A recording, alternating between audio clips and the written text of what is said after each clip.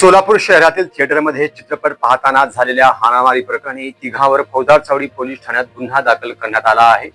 याबाबत सौरभ संजय वानकर वय वर्ष 25 राहणार होनसळ तालुका उत्तर सोलापूर यांनी दिलेल्या फिर्यादीवरून फैयाज इमाम साब नदाफ राहणार साठे पाटील वस्ती जुना देगाव नाका सोलापूर, मुजम्मिल इकबाल शेख जुबेर जब्बार पठाण राहणार शिवगंगानगर भाग 3 नई जिंदगी मजरेवाडी सोलापूर यांच्या विरुद्ध गुन्हा दाखल करण्यात आला आहे।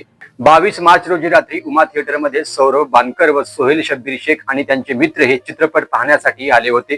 त्यावेळी अंधारात त्यांच्या जागेवर अनोळखी 3 जण बसले होते, म्हणून त्यांना विचारणा करीत असताना सौरभ बानकर व फैयाज नदाफ आणि त्यांच्या साथीदारामध्ये शाब्दिक बाचाबाची झाली। धुरंधर चित्रपट चालू असताना बानकर यांच्या पाठीमागे बसलेल्या अनोळखी व्यक्ती दारूच्या नशेत अंधारात बडबड करीत होता। ही बडबड बानकर जाणून बुजून करीत असल्याचा गैरसमजुतीतून नदाफ व त्यांच्या साथीदारांनी वानकर यास मारहाण करून शिवीगाळ केली आहे, म्हणून फौजदार चावडी पोलीस ठाण्यात गुन्हा दाखल करण्यात आला असून याचा अधिक तपास सहाय्यक पोलीस निरीक्षक अजित पाटील हे करीत आहेत।